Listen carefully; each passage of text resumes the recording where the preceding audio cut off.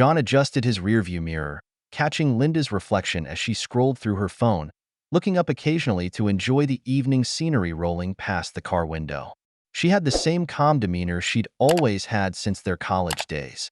Next to her, in the back seat, sat Daniel, their old college friend whom they hadn't seen in ages. The reunion was something John and Linda had planned for months.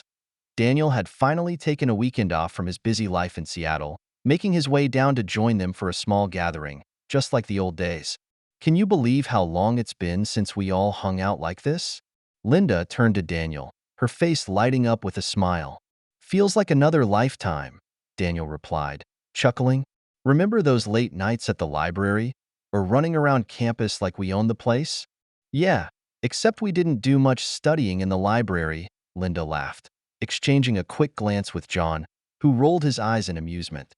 John felt a slight pang of nostalgia, remembering those carefree days of youth, of chasing after goals that felt big but somehow less daunting. Back then, life was simpler, driven by dreams and laughter rather than responsibilities and routine. But now, here they were, adults with lives that had unfolded in different directions. "I remember the two of us running after Linda in those days," Daniel remarked, smirking. There was a glimmer of mischief in his eyes, as though the memory brought back fragments of forgotten rivalry. John glanced at him and laughed, a good-natured but knowing look crossing his face as he squeezed his wife's hand. "Yeah, and it looks like one of us got luckier than the other," John said, winking at Linda. It was a light-hearted remark, but beneath it lay a history of friendly competition, as if they both knew Daniel had once been a contender for Linda's heart. They made their way to Walmart, a planned stop before dinner. As they walked through the aisles, grabbing groceries and laughing about old times, John took charge of finding the perfect steaks. It was a shared tradition for them. John was famous in their circle for his steaks, meticulously marinated and grilled to perfection. The trio spent a little extra time picking ingredients, the task adding to the nostalgia of simpler times, when gathering food felt like preparing for a celebration. As they loaded the last of their groceries into the car, John felt his phone buzz in his pocket. It was a calendar notification. An interview with a new employee was scheduled for later that evening. John had nearly forgotten about it, a commitment he made to assess a potential recruit for his company. He hoped he could handle it quickly and return before it interrupted the evening. The drive back to their house was filled with chatter, stories of work, and updates on mutual friends. They'd arranged for their kids to stay with Jons Parents that evening, allowing them to truly unwind without the usual interruptions of bedtime stories and last-minute homework help. The air was filled with anticipation as they pulled into the driveway, the sun casting a golden hue over their home, signaling a peaceful evening ahead. Back at the house, John quickly got to work in the kitchen, his movements efficient and practiced as he prepared the steaks. Linda whipped up cocktails, a mix of gin and citrus with a touch of herbs from her small kitchen garden. Daniel joined in, mixing sauces and arranging the salad, his culinary skills a surprise to them both. They settled into a comfortable rhythm. Drinks flowed, laughter echoed through the rooms, and the smell of sizzling steak filled the air. They were just three friends, enjoying a perfect evening, reminiscing about days gone by. It was as if they'd traveled back in time, to a place where stress and worries didn't intrude and laughter was effortless. As the evening wore on, they moved from the dinner table to the living room, talking about everything, from the challenges of balancing work and family life to the nostalgia of college memories. Linda shared funny stories of the kids, and John occasionally joined in, glancing at his watch now and then, calculating how much time he had before he'd need to head out for the interview. Just when the conversation seemed to settle, John's phone buzzed again, a reminder about the interview. He sighed, hating to break the relaxed atmosphere, but duty called. "All right, looks like I've got to head out for a bit," John said, standing up reluctantly. "Interview with a new recruit. Shouldn't take more than 50 minutes, and I'll be back before you know it." Linda and Daniel waved him off, assuring him they'd be fine. Linda handed him his coat, and with a quick kiss on her cheek, John left, promising to be back soon. The evening outside was already dark, the sky thick with clouds obscuring the stars. As he drove off, a strange feeling stirred in John, a twinge of unease that he brushed off quickly. Perhaps it was just the oddity of leaving his wife and an old friend alone in the house, or maybe it was the nervous energy before the interview. Whatever it was, he shook it off and focused on the road ahead. Back in the house, Linda and Daniel sat in a comfortable silence, letting the remnants of the evening wash over them. A faint buzz of excitement still lingered, fueled by the cocktails and the warmth of nostalgia. They continued to talk, voices low, wrapped in the warmth of memories. And as John drove away, he didn't realize that this night, which had begun as a reunion of old friends, would take an unexpected turn that would leave him questioning everything he held dear. As John pulled into the parking lot of his office, the glow of streetlights cast long shadows over the quiet building. He felt a lingering reluctance about leaving Linda and Daniel alone, but he shook it off, reminding himself of the trust that had long anchored his marriage. This was Daniel, his college friend, someone who'd shared countless laughs, adventures, and a deep bond with them both. John reassured himself, taking a deep breath before heading inside for the interview. The interview with the new recruit was brisk and efficient. John, seasoned in the art of quickly assessing people's potential, managed to wrap up the process in just under 30 minutes. The candidate was nervous but promising, and as they shook hands, John felt a wave of satisfaction. It would be good to have a fresh face on the team, someone with the enthusiasm and dedication he valued. As he walked back to his car, the unease returned, tugging at the edge of his thoughts. He checked his watch. He'd been away from the house for just over 40 minutes. It wasn't much time, he told himself. And yet, the sensation that something was amiss gnawed at him, subtle but persistent. Dismissing it as paranoia, he got into his car and started the engine, eager to return home and rejoin the evening he'd reluctantly left behind. The drive back was quiet, the city streets largely empty, save for a few late-night wanderers and dimly lit storefronts. He found himself speeding slightly, a hint of impatience seeping into his movements.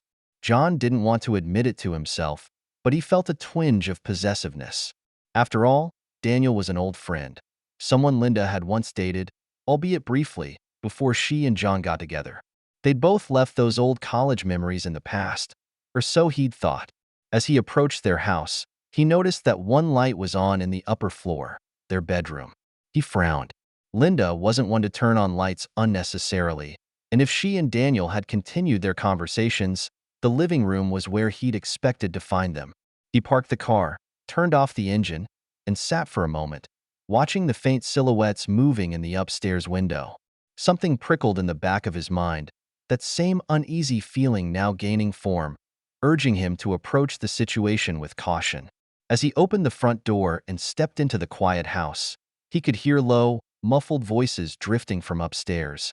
He took a moment to steady his breath, closing the door behind him silently. The air felt thick as he ascended the stairs, each step a blend of trepidation and confusion. He stopped just outside the bedroom door, the voices on the other side too low to make out. The quiet murmur was punctuated by a nervous laugh, Linda's voice, soft but slightly strained. John knocked, a short, assertive rap that cut through the quiet. He waited, but no one answered. A few seconds passed, each one stretching longer than the last, before he decided to push open the door. He was met with a scene that sent a chill down his spine. Linda sat on the edge of the bed, wrapped in a quilt, her cheeks flushed as if she'd been caught off guard. Daniel, standing a few steps away in just his shorts, seemed equally startled, his face a mixture of guilt and embarrassment. John's eyes shifted between the two, his mind scrambling to find an explanation that made sense, one that wouldn't confirm the sinking feeling settling in his chest. "What is this?" His voice came out sharper than he intended, the words laced with disbelief. Linda's eyes widened, her face pale as she tried to speak, words faltering in her throat. She clutched the quilt tightly, as if the fabric alone could shield her from the intensity of his gaze. "John, it's not what it looks like," she stammered, casting a desperate glance at Daniel, who looked just as trapped. John's stare hardened as he turned to Daniel, who straightened, hands raised slightly in a gesture of peace. "John, you're misunderstanding this," he said, his voice calm but tense. "We were just talking. Remembering the old days, that's all." Just talking. John's voice held a sharp edge, suspicion seeping into every syllable. His gaze flicked to Linda, then back to Daniel, lingering on the barely concealed panic on their faces. And my wife just happens to be wrapped in a blanket, and you're standing here, like this? Daniel swallowed, his hands dropping to his sides, his eyes cast downward. The silence was thick, suffocating, filled with words left unsaid and questions left unanswered. Linda tightened her grip on the quilt, her eyes shining with a mixture of fear and regret. "John, please," she whispered, her voice trembling. "It's not we didn't. It was just a conversation. I was cold and—" "Cold?" John's laugh was mirthless, a harsh sound in the otherwise still room. "Is that the best you can do? A conversation and a blanket. And somehow this makes sense to you?" The tension in the room was unbearable, like a rubber band stretched to its breaking point. Linda bit her lip, looking away, as if unwilling or unable to meet his gaze. Daniel took a hesitant step forward, one hand reaching out as if to offer an apology. "I think I'd better go," Daniel muttered, his voice barely audible. He glanced at Linda, his expression a mixture of regret and shame, before quickly brushing past John, leaving the room without another word. The door clicked shut behind him, and for a moment, there was only silence. John stood there, rooted to the spot, unable to process the jumble of emotions raging within him. He wanted to shout, to demand answers, to unravel the tangled knot of confusion and betrayal that had formed in his chest. Linda sat there, still clutching the quilt, her face turned away, as if the act of avoiding his eyes could somehow erase the weight of what had just transpired. She seemed small, vulnerable, but John's mind was too clouded with anger to see past the image of her with Daniel. "What were you thinking, Linda?" he finally asked, his voice low and strained. She opened her mouth, but no words came out. She looked up at him, her eyes pleading, a silent request for understanding or forgiveness, but he wasn't sure he had either to give. The trust that had once bound them together felt fragile now, like a delicate thread fraying at the edges, threatened by the doubt creeping into his heart. Without another word, John turned and left the room, the walls closing in on him as he descended the stairs. His mind was a whirlwind, a storm of anger, disbelief, and a deep, festering sense of betrayal that gnawed at his core. He needed space, a moment to breathe, to clear his head and try to make sense of what he'd seen.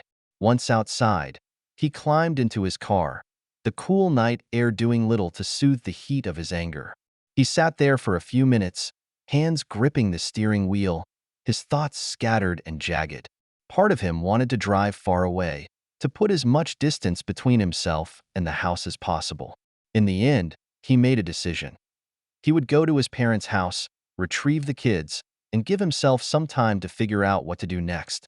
The image of Linda and Daniel lingered in his mind, a shadow he couldn't shake, a memory he wasn't sure he wanted to keep. And as he drove away, his heart weighed heavy with the realization that everything he thought he knew about his marriage, his life, might have just been irrevocably altered. John arrived at his parents' house, trying to hold himself together. His sons, ages 13 and 16, were awake, sitting together on the couch, looking both confused and concerned. They weren't children anymore. They could sense something was wrong.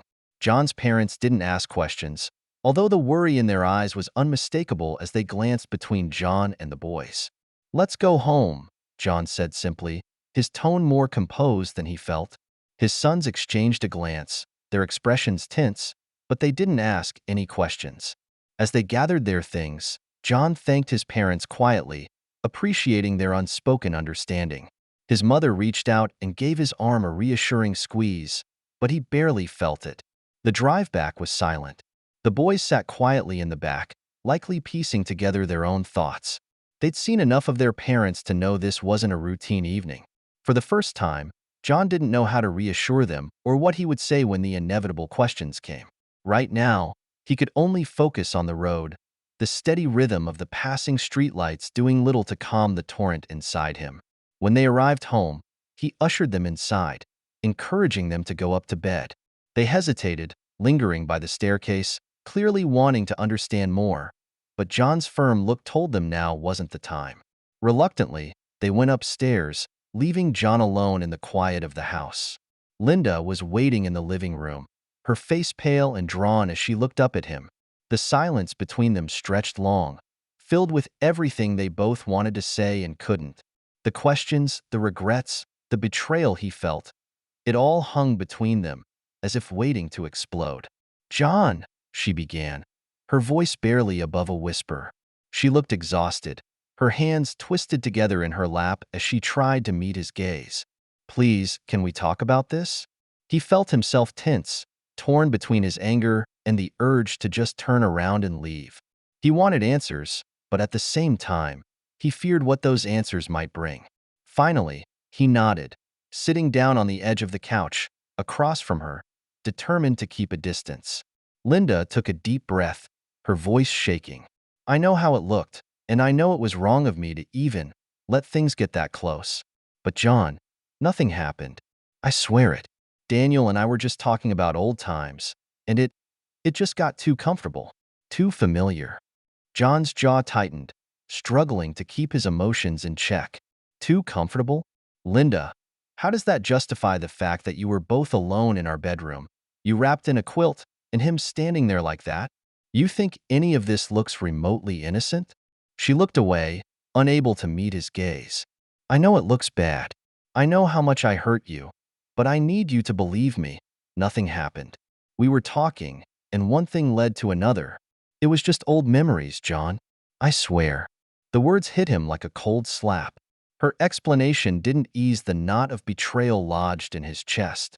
Trust wasn't something he could easily grant back, not after what he'd seen.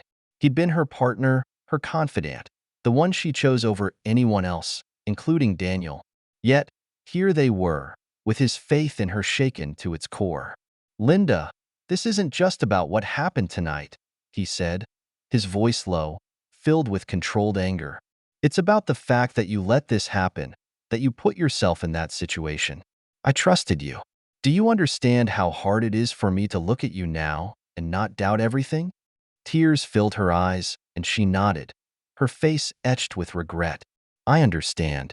I'm sorry, John. I made a mistake, a terrible mistake. But please, don't throw away everything we have because of one night. Don't let this destroy us." The words hung in the air, heavy and raw. He wanted to forgive her, to push away the doubts clouding his mind, but he couldn't shake the image of her with Daniel, the betrayal he felt. Finally, after a long silence, he stood. "I need space, Linda. I don't know if I can stay here right now." She nodded, wiping her tears. "If that's what you need, I understand. I'll give you space." Without another word, John walked to the door, grabbing his coat as he stepped into the night. The familiar warmth of his home, the place that had once been a sanctuary, now felt suffocating. He needed time to think, to come to terms with everything that had happened. He knew this was only the beginning of a long, painful journey, one that would test everything he thought he knew about love, trust, and forgiveness. After painful reflection, John realized he couldn't simply return to his life with Linda. Together, they agreed that staying in their home, now filled with painful memories, no longer made sense. Their house, once filled with laughter and comfort, now brought John only bitterness and disappointment. Every room reminded him of what he had lost, and he couldn't shake the thoughts of what had happened. John accepted his old friend's offer to stay at a spare country house while he looked for his own place to find peace and make sense of everything. With a heavy heart, he said goodbye to the house where his life, his family, and his dreams had been. He packed his things, leaving Linda enough space to sort out her own thoughts and feelings. At that moment, John understood that he couldn't forgive Linda, no matter how much she wanted it or how hard he tried himself. The betrayal had cut too deep, and he knew that continuing their life together was impossible. With his two sons, who were feeling the growing tension in the family, John decided to discuss their plans. He explained that, for the time being, they would be living differently, but he assured them that, no matter what, he would always be there for them. The boys accepted this news in silence. Their serious, thoughtful expressions showed they understood more than he had expected. So began a new chapter in the lives of John and his sons. The temporary refuge his friend had offered became a haven where they could recover and gradually adjust to their new reality. John tried his best to maintain an atmosphere of calm and confidence for his sons, concealing the heaviness in his own heart. He knew he had to stay strong for them and for their future. Gradually, his friend's house became a place where they built new routines. Shared dinners, conversations, and long walks in the countryside away from the city. This home became a symbol of a fresh start, perhaps temporary, but one that gave hope that, with each passing week, they could strengthen their bond and heal. Despite the pain and disappointment, John felt that the time spent with his sons gave him the strength to keep moving forward. Maybe this new beginning, even with the loss of the past, would eventually bring him the peace he sought. Subscribe so you don't miss new stories on the channel.